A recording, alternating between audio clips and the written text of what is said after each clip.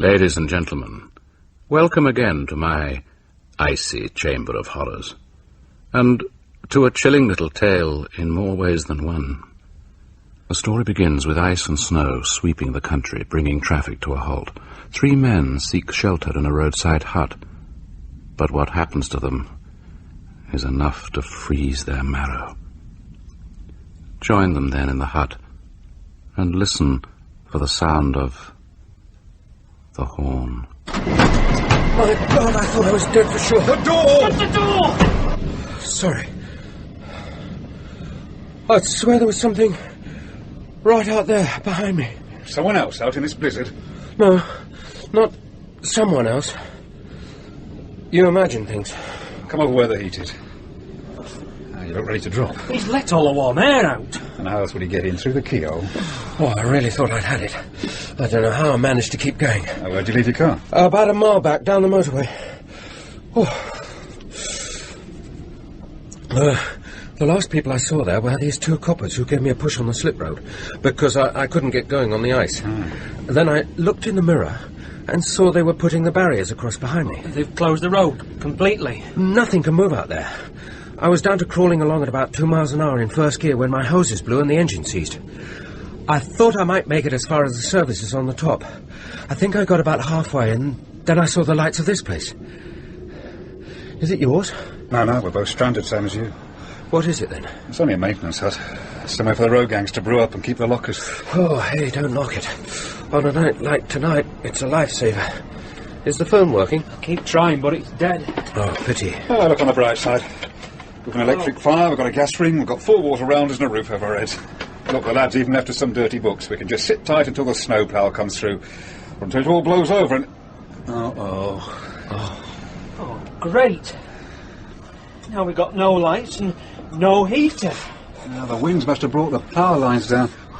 Anything we can fix? You're kidding. Well, what do we do then? Burn the furniture? And then we'd have nowhere to sit. Aye, but... look, there are candles, and we've got the gas ring. We can even have a brew. The kettle's electric and the water pipes are probably frozen. I could really go off you. Do you know that? I'll get some candles lit. That one's really been getting up my nose. It seems all right. Look, I'm the one who found this place and got the lights on. You'd think there would be gruesome recognition. The name's David. Nathan. His name's Mick. Says he's a van driver. Why shouldn't he be? Well, look at him. 18 stone and shaves once a month. You know what he puts me in mind of? Those blokes you see selling hamburgers outside football grounds. Stuff that always looks like it's as if it's been poached in bodily fluids. Enjoying yourselves. Knows what he's about, though, doesn't he? Thinks he does. Do you work on the motorway, then? Me? No. I'm in sales. A salesman? No. I'm in sales. That wasn't your car up past with all the chocky boxes in the back, was it? No, it wasn't. I'll tell you something. I went out to take a look around about half an hour ago, didn't I? Yes, you did. And I was sorry. I thought it might be clearing, but it was like walking into razor blades. There's absolutely nothing in any direction. There's the road and the moor and the blizzard, and that's it. White hell. All the way up to the top. Oh, spare us. Yeah, get out there, and you hear the wind in the wires. After a bit, it starts sounding like voices. Listen for long enough, and you'll hear it calling your name.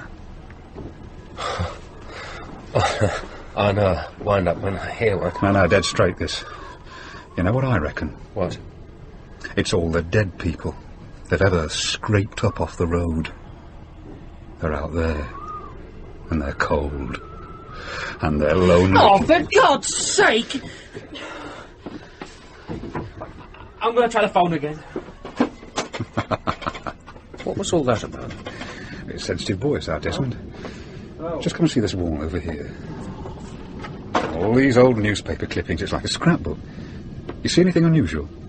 That girl's definitely deformed. No, I don't mean the pastry stuff. Look at the pictures. Oh, yes. It's nearly all pile-ups and smashes. Pile-ups, smashes. And all on this stretch of motorway? Desmond over there was reading them when I got here. It's David! Of course it is. You see, the lads who work out of here, They're the ones who get called on when something happens. Somebody gets spread all over the fast lane. They're the ones who have to turn out with the bags and shovels, scrape it all up. Oh, charming. Sounds too gruesome to imagine. Only to you and me. Hell, we're used to it. Bit morbid, keeping all this stuff, though. Just honest pride and a job well done. Some of these are great. They're not all smashes. Look at this one. Some poor girl's body buried in a concrete bridge. 3 weeks. Still drilling for it. This one's my favourite. The disaster with the old folks outing. And the pet food truck full of offal. I'm getting nothing here. Still dead? Well, it's not exactly dead. It's more like an open line with nothing on the other end. It'll be like a field telephone. If nobody's plugged in the other end, then there's nobody to hear. Yeah, you were last in, Nathan. Was the weather showing any signs of lifting? Oh, no. I wouldn't care if this was Dracula's tomb. I'd still rather be in here than out there. Oh, that settles it then. Settles what? Forget the phone, Des. It's Dave. We might as well scrounge up a brew. Because we're obviously going to be here for some time. He does it deliberately, you know.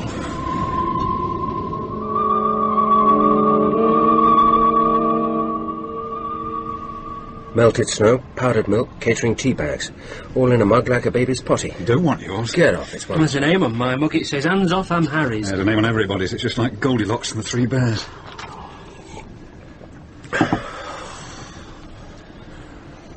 Funny profession these blokes have, though. You want to see it from their point of view. It'll be like working in a morgue. You'll get bad dreams for the first few weeks, and then after that, it's just another job. How would you know? I've got a brother-in-law who's a nurse. He's just about seen it all. I mean, the likes of you and me. We don't know half of what it's about. Well, I don't know. You sound like you've been around a bit. Me? Nah, same thing day in, day out. I've been driving this route ever since they opened it up. And before that, I used to go over the Snake Pass when it was the only way across. I've seen it bad, but I've never known it like this. It looks like the end of the world out there. Got a knacker looking on the bright side, hasn't he? You wouldn't have seen that big lorry about half a mile further up. That's why I had to stop the van. Was it blocking the road? Yeah, from one side to the other. Completely jackknifed on the ice. Those things are like dinosaurs. They'll go through anything. But it couldn't get through this. I couldn't get the van past. That's why I had to get out and walk back. I'd seen the lights of this place, so I had something to aim for. Ever drive in Sweden? And not unless you have to pass through it to get to Hartlepool. Over there, it's like this for half the year, but they're organised. That's what makes the difference. Well, if I was heading home for a romp in the sauna with a couple of Swedish girls, I wouldn't take kindly to being held up either. How about you, Desmond? David! David! All right, I'm sorry. Oh, flaming get it right, then. Touchy. Touchy. Anywhere special you have to be, Dave? Just want to get home. Nothing to argue with there. What's the matter with the gas ring? Oh, no. Oh, it sounds like the gas bottle's running out. Oh, but if... Don't panic. I saw another one under here. What's the matter? There's one more cylinder and... it's empty. Now, do we burn the furniture? Metal lockers. Tubular steel chairs, one Formica table. I think we're on a loser there, Nathan. I'm getting cold already. He's right. The walls are paper thin and the place is full of drafts. It'll be soon like an icebox in here. We can't last long without heat. Suggestions? We could, Gonna have to go out and find somewhere else, aren't we? Well, the way I see it, there's only one way to go. The services? No, I don't think we make it. It's more than 2 miles, and it might as well be 20. I reckon we can do maybe a quarter of that at the most. Which gets us nowhere. It gets us as far as that big Arctic I told you about that's blocking the carriageway. If we can get into that and start its engine running, we can sit tight in the cab with the heater on. Until the diesel runs out. These things never run out. Tanks like swimming pools. Now, we can either wait for the snowplow to find us, or else strike out again as the weather improves. Oh, what do you think? Well, it'll have a radio. CB radio. Don't most of these big trucks carry them? Well, we can tell someone where we are. Well, that we can, Dave. Are you game? Oh, let's go. Well, wait on a minute. There's no point in all of us scrambling out together. Now, what I reckon is one of us goes ahead and does the necessary. And then he sounds the horn as a signal for the others to follow. You mean break into the cab and then start up the engine with no key? Right. I wouldn't know how. Sorry. Me neither. Now, then, since we're talking about breaking and entering with a little spot of creative rewiring, It appears that I'm the only one with the education in the appropriate subjects round here. Am I right? Oh, this is mad. It's survival, mate. Well, let me try that phone just one more time. Pass me those gloves, will you, Nathan? You're totally potty, you know that? I had my brain surgically removed. I've been feeling much better without it. Listen, I'm going to go down to the crash barrier and then follow it along until I reach the lorry. Otherwise, there's no knowing where I may end up. Keep your ears open for the sound of the horn. And keep an eye on him. Why? Just keep an eye on him, that's all. If he starts messing about, leave him. But he'll be... I'm serious. Well, time to go walkies. Well, best of luck, and I hope you make it. I should think so too, because if I don't, you're in big trouble. Right, do the door, will you? Whenever you're ready. Okay, here goes. Now! What was that Indian's name again? Geronimo! He's gone. Yeah, I kind of noticed. I heard what he said about me, you know. I'm sure he didn't mean anything by it. Yeah, I bet. And who does he think he is? Scout the bleeding Antarctic? I don't care if he thinks he's Scotty on the Enterprise. If he gets us out of trouble, he'll be okay by me. Well, you don't have to worry about me. I'm no dead weight. I never said I thought you were. No, but he does. Pretty serious, isn't it? We've still got options. That puts us one step ahead. As long as he makes it. Come on. Damn! Let's get some of these candles relit so we can see.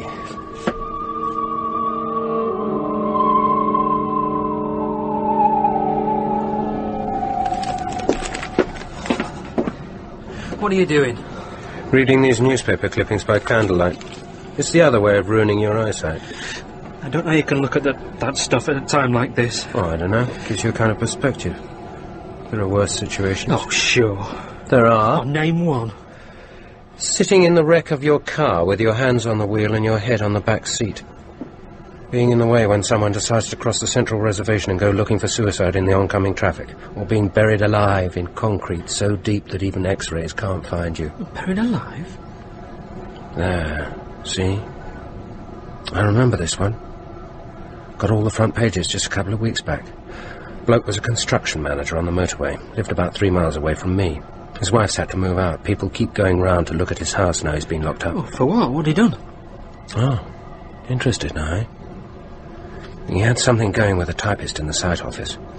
When it got a bit too serious, he arranged to meet her on the site around midnight. Told her to pack a bag and not to tell anyone where she was going. And he killed her? She was to sit in the office with the lights out and wait for a signal to join him outside. Except that he was already waiting for her, in the shadows. I'm really not interested. No? No. What happened then? When the police caught up with him, he told them that he'd put her body into a piling for one of the bridges. The concrete had gone in the next morning. You know what his defence was? Said it couldn't be murder because she wasn't dead when he left her. Poor kid. This is sick, and so are you. I don't know who's worse, you or Bluto out there. If it wasn't for a letter she'd written to her sister, he'd have got away with it. They started drilling, but they still haven't found her. Now, that's what I would call a worse situation. What you and I have is just a temporary interruption in service. Our signal, I think. I'm ready. Want to give the phone just one more try? No. The greaseball was right in one thing. You listen for long enough and you do start to hear something calling your name. Door? Door. Right.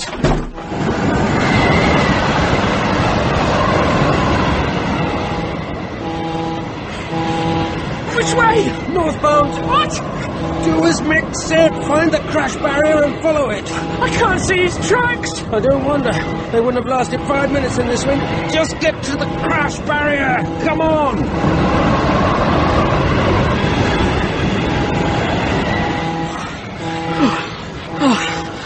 A bridge.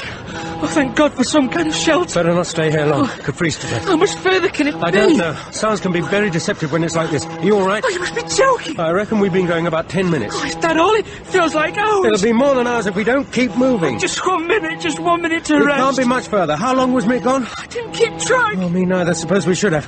Come on. Yeah. My God, what was that?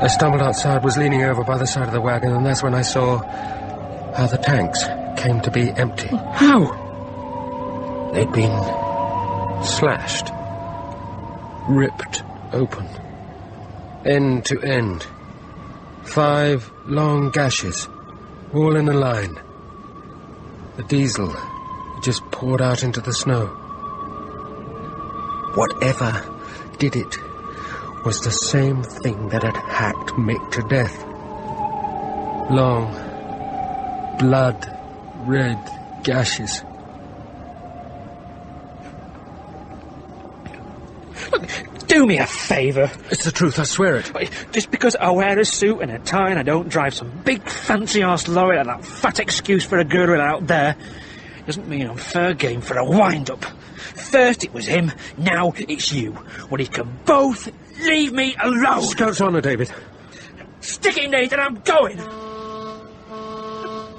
See? See? It's a trap, David, it's a trap. And the horn's just the bait. You follow it and you'll end up like Mick. And what do you plan to do? I don't know. I'll dig myself a hole and hide. I'll do anything, but I won't follow that sound. You do that, and I'll tell them what your last words were when they finally dig you out.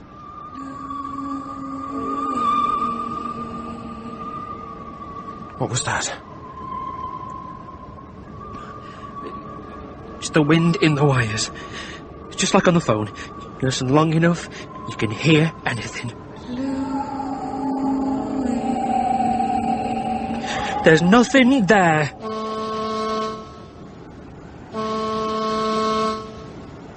What's the matter then? Aren't you going? Waiting for the snow to clear. I want to be able to see where I'm heading. Straight to hell, David, if you answer that call. What was the name of the man who killed that young girl? I don't remember. It was Louis. Louis, the lady killer. That's what the paper said. The one who drowned his girlfriend in cement. She'd packed her bag, she'd said her goodbyes and was waiting for the signal. And you know what the signal was? No.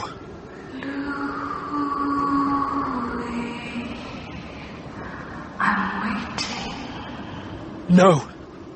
No! I'm not going to die out here for some ridiculous story. You suit yourself, David, but I'm going to take my chances and press on for the service area. It's too far.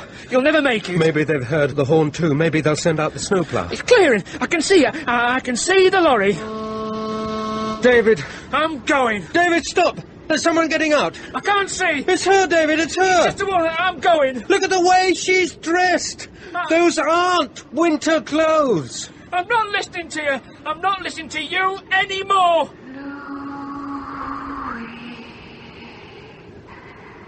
Is it you?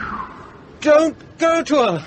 David, don't go to her. I just want to get somewhere that's warm. David, she's dangerous. I don't even care. I just want to get out of the cold. I've somewhere warm for you, Louis. Look. She's making no marks in the snow. She's leaving no footprints. It is her. Nathan! Nathan!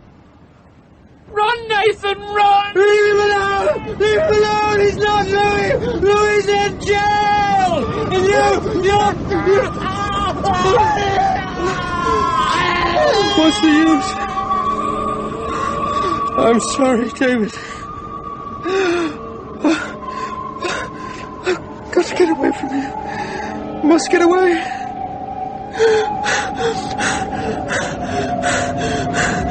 Louis. I waited so long for you, Louis. Why did you stay away? Listen to me. I'm not Louis. You were always such a tease. My nails are broken, and I can't remember how. Look, Louis. Look, I hate to be the one to break this to you, but, well, you're not real. You're dead. Buried in concrete. I know that, Louis. Don't ever suppose that I don't. You betrayed me. You were everything to me. Did I mean so little to you? They caught him. He's in prison. He's not here. I'm not Louis. It's so cold in there. So cold and so dark. You wrote a letter, remember? A letter to your sister to say that you and Louis were going away, and you hoped she'd understand. When she didn't hear from you again, she took it to the police. You never once said you loved me. For the last time, I'm not Louis. For the last time, Louis, one last kiss before we're together forever. Don't touch me. Don't touch me.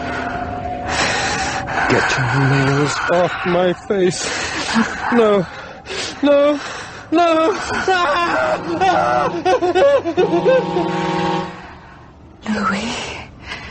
Louis, is that you? Louis, is it really you at last? Oh, thank God. It's a snowplow. Over here! Over here! Get out of the way! Look out!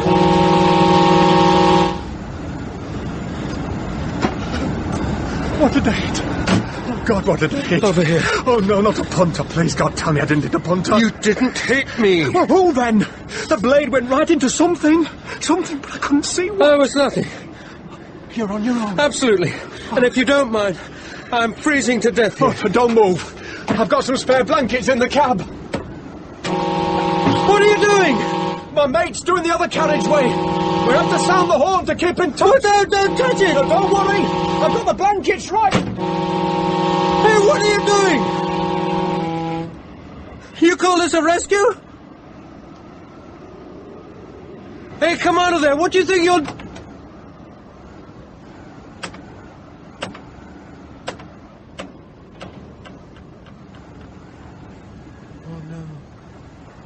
Look what happened, Louis. I'm all covered in blood. Oh, God. He didn't even scream. I didn't scream either when it was my turn, did I, Louis? And now it's your turn. One last kiss, Louis. It's so cold.